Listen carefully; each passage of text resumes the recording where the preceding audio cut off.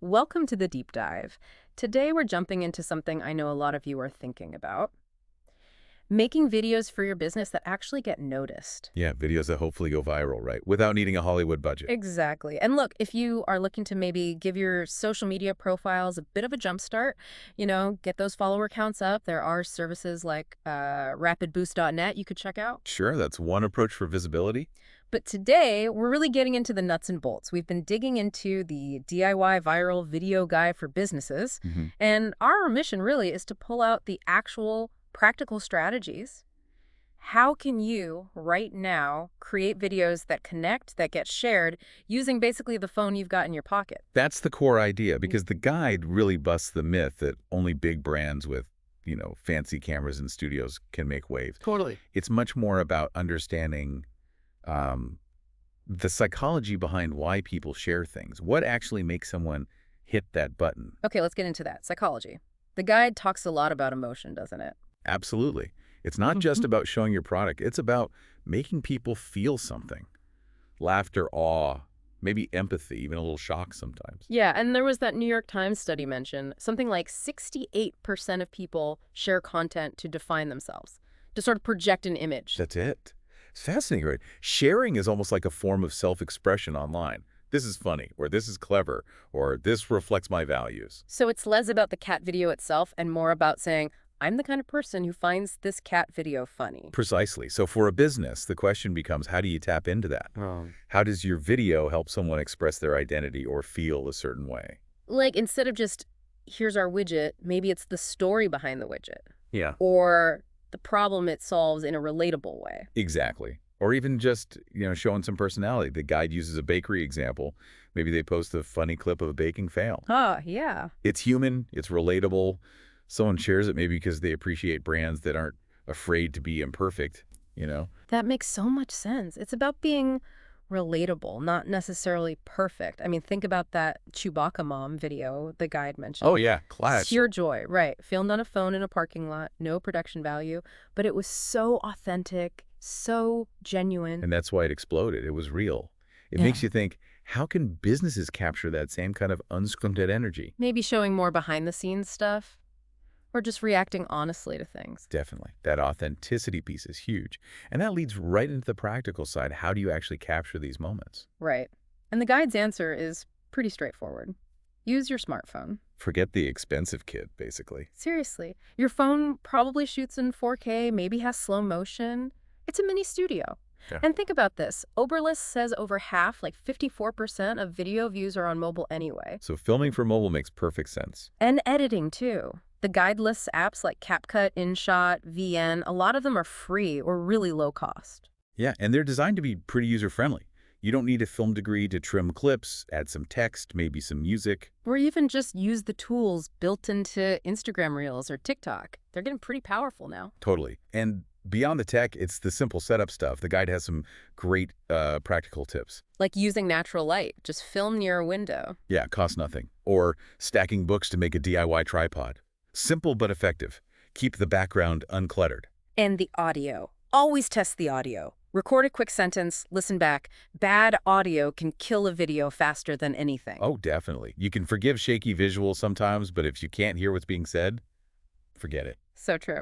Okay, so you've got your phone, decent light, okay, audio, what's next? The guide talks about the opening, right? That crucial first few seconds. Yes, the hook. You've got maybe 3 to 5 seconds to stop someone from just scrolling past. It's brutal out there. So you need something punchy, like addressing a pain point directly, or maybe just an unexpected visual.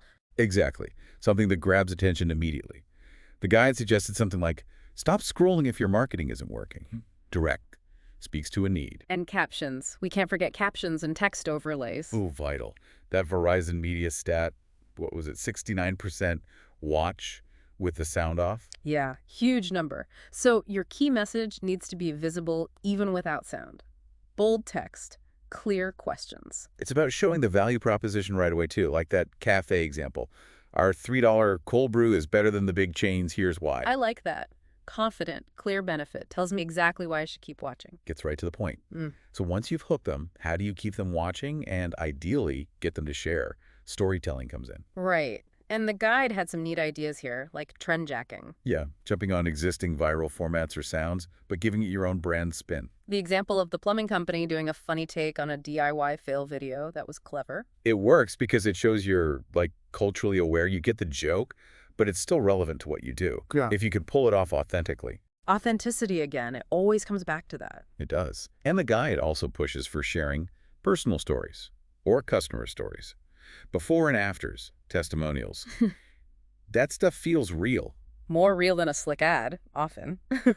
And humor, don't forget humor and surprise. Yeah, making people laugh or just catching them off guard. It makes brands memorable, more human. Even seemingly boring industries, a bit of wit can go a long way. Okay, so you've got this great little video. Now, where do you put it? The guide stresses optimizing for different platforms. Super important.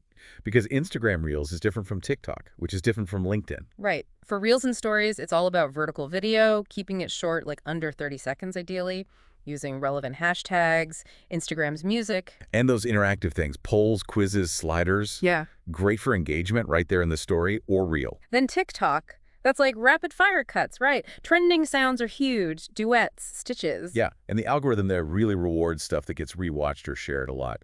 Authenticity behind the scenes often does really well. Okay, Facebook, what did the guide say? Shorter videos again, under 90 seconds. Yeah, seems to be the sweet spot for engagement there. And always upload directly to Facebook. Don't just share a YouTube link. Native video performs better. Makes sense. And LinkedIn. You might not think of it for video, but the guide suggested short educational tips, day-in-the-life stuff. Definitely. Like a quick 60-second explainer filmed at your desk. Again, upload it natively. It can work surprisingly well for B2B. And YouTube Shorts, can't forget those. Vertical, under 60 seconds. Good for repurposing content, too, maybe. For sure. Take snippets from longer videos, add some text, relevant title, and hashtags. Expands your reach on YouTube. So you've posted it, optimized it. How do you, nudge the engagement along without paying for ads? Well, the guide really emphasizes engaging back. Jump into those comments, respond quickly, ask questions, keep the conversation going. Shows the algorithm people are interacting. Exactly. Also, collaborations. Maybe not huge influencers, but micro-influencers. People with 1,000, 10,000 followers, but a really dedicated audience. Yeah, that can feel more authentic sometimes. And cheaper. Right. And encouraging user-generated content, UGC. Get your customers to make videos featuring your product. That's gold. Total social proof. And it fits the whole DIY vibe perfectly. Oh, and clear calls to action at the end. Yes. Don't just end the video. Tell people what to do next. Visit our site, follow us, check out this other video, make it clear. So the guide wraps all this up with a handy checklist, basically. Yeah, it's a really good summary. Plan your content. Is it solving a problem or entertaining? Simple setup phone, light, clean background, film a few takes. Edit for energy, trim the fat, add captions, music, text overlays. Optimize it for the platform format, hashtags. Post when your audience is online. Promote it, engage with comments, and then look at the results. Analyze what worked and tweak for next time. Really drives home that cycle of create, post, engage, analyze, repeat. So the big takeaway from this deep dive, for me at least, is that making effective, maybe even viral videos is actually achievable for pretty much any business. Totally. You don't need a huge budget. You need good ideas, your smartphone, and a willingness to be, well, authentic. Yeah, embrace that. Use the simple tools, create a strong hook, maybe write a trend if it fits, and just talk to people. Be human, connect. So the challenge for you listening is just start. Try something, experiment, find your brand's voice on video. Absolutely. And maybe think about this. Imagine a company in a really traditionally unexciting industry, let's say. They manufacture cardboard boxes. Okay, cardboard boxes, pretty plain. Right. What single unexpected emotion could they tap into with a short video? Something that would make people not just watch, but actually share a video about cardboard boxes. Huh, that's a good one to chew on. What Yeah. could they do? Makes you think, doesn't it?